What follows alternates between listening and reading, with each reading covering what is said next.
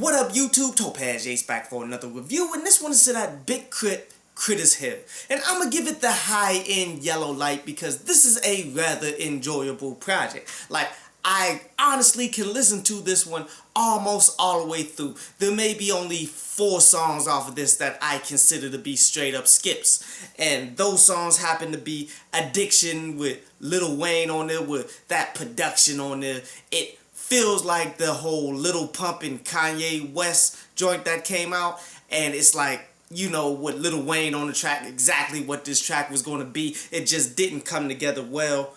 I didn't really like the Mississippi track, where that's him channeling the blues and things of that nature, but yet that's a very difficult thing to implement with hip-hop. And K.R.I.T. definitely has the skill set to pull it off. He's done it before, but in this case, didn't so much happen. And songs like High Beam and Life in the Sun, where there's really nothing wrong with these. They're just super forgettable, like to the point that I would always just move on to better songs. But outside of those songs, man, the rest of this project can be listened to straight through.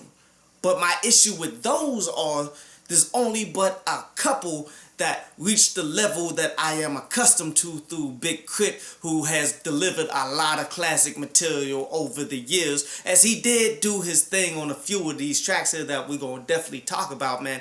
But yet, it's not over the top quality level like he did before in the past. As there's no real concept to be had here for this album, even though he got one skit that's broken up into 2 places, as it's these 2 individuals pretending to be music critics, and they're ultimately praising this album to being one of the best to come out in the most hoodish, ignorant way, using extended vocab like, say, T.I. does and such. And it was really enjoyable of that, but many may try to use that and comprehend it as a concept album, but nah, it was just one skit broken up in a couple areas. But let's go ahead and break down my favorite songs off this project, starting with K.R.I.T. here, where this song is really more driven by that solid production on top of the flow and delivery that Big K.R.I.T. has here. Yes, he has a couple bars here and there on this track, like when he said, "This the type of car that you don't steer. I'm a backseat driver for real," as he's referencing the cars that's coming out these days where, you know, they got the automatic driving, so you don't have to be in the front seat and all of that stuff. That was a cool bar, but yet this is not the focus or the primal part of this individual song. The best parts of it is the flow, delivery, and that production. My next favorite song was that I've Been Waiting, where I like this one because that production got such a bounce to it. And then what he's talking about is some real stuff on how he got a lot of patience in order to get to the things that he need to get to, whether it's women, whether it's the money, the success, doesn't matter. You gotta be super patient in order to get to the level where you can get to where you want to be. And the fact that he tied it together with some wordplay made that all the more worthwhile. Like how he's saying, "I got a steak in the sip.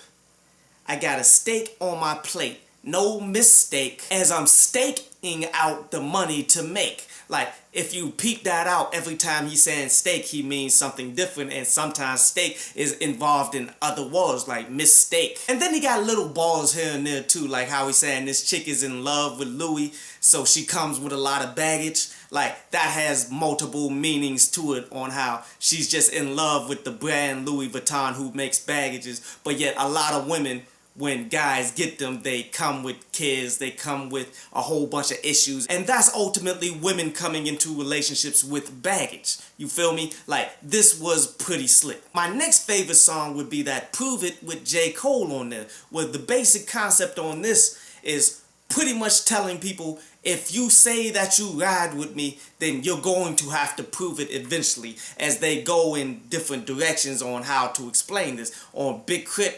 is more looking at how, if anything happens to him, if he were to die or anything of that nature, you need to ride for him. While J. Cole takes a different direction on speaking on specific individuals, on how he's saying himself how he believed in Big K.R.I.T ever since he got put on through somebody else, and then he started going into his individual fans or somebody who's showed up to all of his shows no matter where it was, and he was wondering how is this possible, but he was working at the airport, but now he's having some actual health issues or something of that nature. So he wanted to give him a shout out on this track as it all ties in together. Like, that was a solid track. I like that Every Time track where all he did was do nothing but sports references throughout the whole way, as these aren't really necessarily bars, but when you realize the direction of what he's trying to say here, it makes it that much better. Like, he's pretty much saying that he could have been anything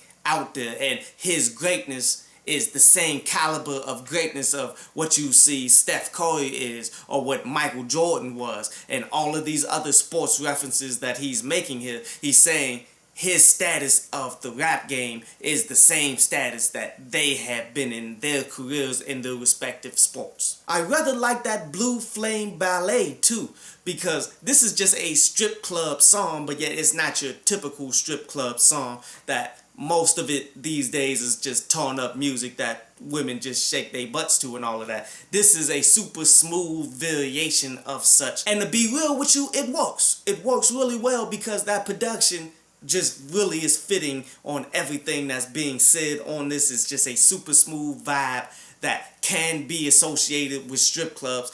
Will it though? Probably not. Especially not in a place like Atlanta or nothing like that. But it is what it is. I definitely enjoyed that joint. Overall, man, solid project.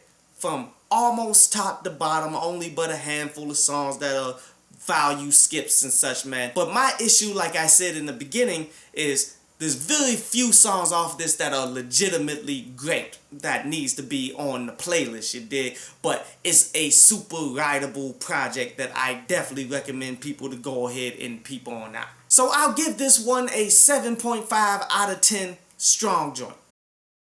I hope you enjoyed the show. You can follow me at Twitter up there, and you can go to downloadpass.com, that's down there, to read today's article.